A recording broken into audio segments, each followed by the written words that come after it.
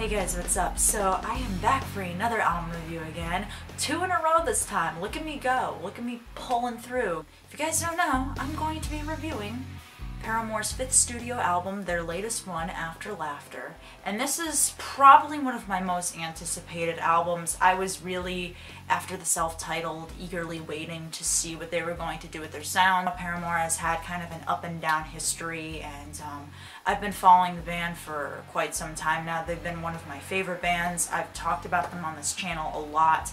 I give them a lot of praise because they know how to do the whole band thing really well, and they know how to do music really well. Paramore coming back in 2013 with an excellent album that had a refreshing pop sound with also a good mixture of some stripped down stuff. And we also got some of the best lyrics too that Paramore ever wrote on the self-titled album. It was their first mark to starting something a little bit different and a little bit more of a change. And on this album, you get Zach Farrow back in the band, who was the old drummer of the band before the self-titled era.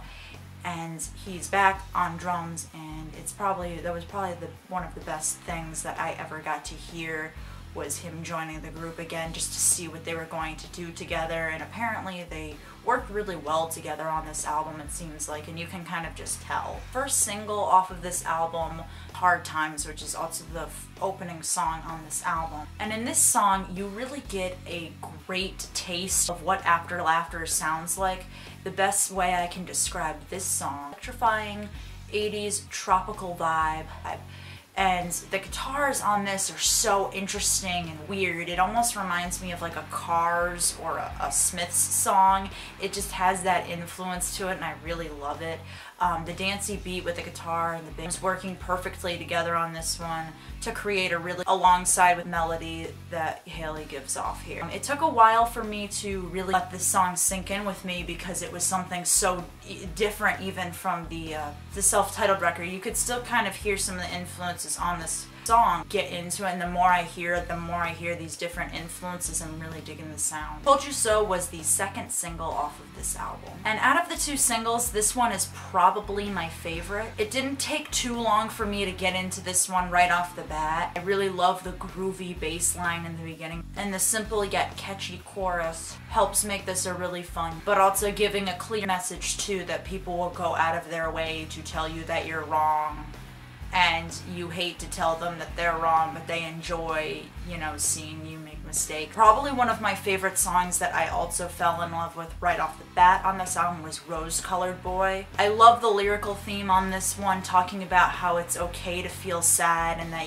somebody shouldn't like try to tell you that you should feel a different way, and like what you're feeling is what you're feeling now. This particular track also has a very infectious melody, and Haley's voice shines perfectly over the nice guitar hook given on this song. You also see them kind of changing pace at times on this album too, and the first time of that being Forgiveness. They slow things down here, and it has a very nice calmness to it, with Haley's vocals kind of swaying over this surf rock guitar. And then on another song where they slow things down is 26. This is a beautiful acoustic track that also builds up to something. Getting deeper into this song, you start to hear a little trickle of some light electric guitar work, and also some strings just adding more emotion. And Haley's vocals on this are perfect and probably some of my favorites. The style that she's kind of singing in almost reminds me of Daydreaming, which is a song off their last album. I also like the end of this song. It becomes more powerful towards the end when you hear the strings fluttering along with the guitar work. It's just super pretty and nice, and has a nice finish to the song. Fake Happy is a song that I definitely need to talk about because the intro in this song gives me life. It's stripped down, raw vocals from Haley, an acoustic guitar really showing some vulnerability. Breaks away from that to a dancey keyboard that you find in the verses. And the chorus on this song gets pretty big and powerful and catchy with the way Haley's singing.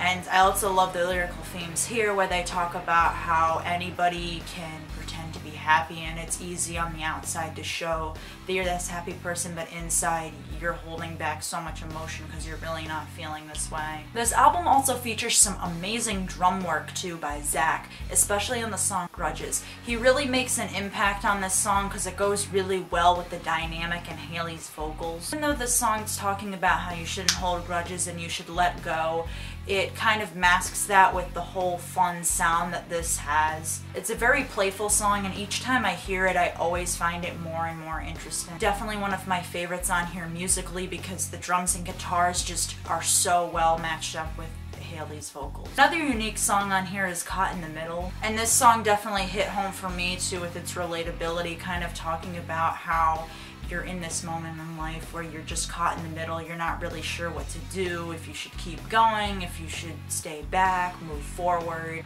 And the melody on this one is really unique and unexpected, and it's kind of hard for me to explain, so check out the song and you'll know what I mean. And my favorite line definitely from this one is, "I can sabotage me by myself." I don't know why, but they just use a lot of really clever, like fun, kind of sarcastic lyrics in here, but also talking about serious content. They do that a lot on this album, and that line in particular just really sticks out to me. Idol Worship is a song where you hear Hayley kind of experiment a little bit vocally, and I think kind of just test her vocal range by being a little bit more weird here, but that doesn't make it a bad song by any means.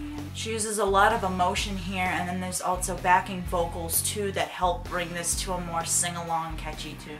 No Friend, also towards the later part of this album, is a very interesting song. There's no actual singing, but someone talking fast, following the quick guitar, drums, and bass. This person speaking kind of just builds their voice faster and faster as the track's going more into it. I don't know if it's like Zach talking or something, or who's really speaking here. I'm not quite sure, but there's some Paramore song album references here. For example, like Misguided Ghost, the phrase riot dance, and that's what I get. Tell Me How is the closer off this album, and this is probably one of the most powerful songs I heard. Right away when I heard this song, it gave me automatic chills, and there's so many layers to this song. It starts off like a sad piano ballad, it builds up with some guitar, and the song just continues, as well as Hayley's tone on this. And lyrically, this song is probably the most relatable song to me. It kind of talks about how you really don't know how to feel about somebody. You know in your heart you care about them, but you just don't know how to approach dealing with them, if you should try to talk to them or if you shouldn't try to talk to them. And this song has a very atmospheric vibe to it, and the presence of Hayley's vocals just really end this song on a heartfelt note. The only real complaint that I have on this particular album is the song Pool. It's not one that I hate by any means, but it's probably just my least favorite. I didn't find it to really do much for me musically. It had some cool things going on for it, but it didn't really hit home for me like the rest of the songs did. And Paramore did it again, bringing something new to the table to push their sound, but still keeping it Paramore. A lot of the songs on this album have an 80s influence to it, a dancey vibe or a tropical flair, but still keeping solid instrumentation, and Hayley just, again, doing a lot of unique things with her voice. I really like how it sounds on this. And the lyrical themes on this just really collect together, even though they're so different, and they talk about different things, but it's all like the same thing. A lot of this album kind of has to deal with trying to be positive, trying to deal with the struggles and difficulties of the world, and they're back on you, and people kind of judging you, and all of that. There's so many just different themes here, and Paramore just really hit the nail on the head with this. It's kind of hard for me to give this album a rating, because it's almost close to perfect, and maybe down the road it might be my favorite album of the year, who knows.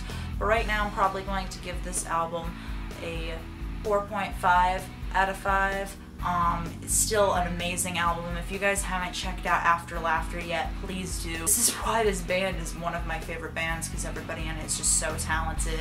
If you guys are new to this channel, hit that subscribe button down there, because I talk about music all the time. And please give this video, guys, a like. The button looks like this down there. That would be awesome, and it would show me that you guys still want me to be making videos, because I know I've been kind of like on and off the radar. As like always, stay brutal, stay tuned for more videos, and see ya later.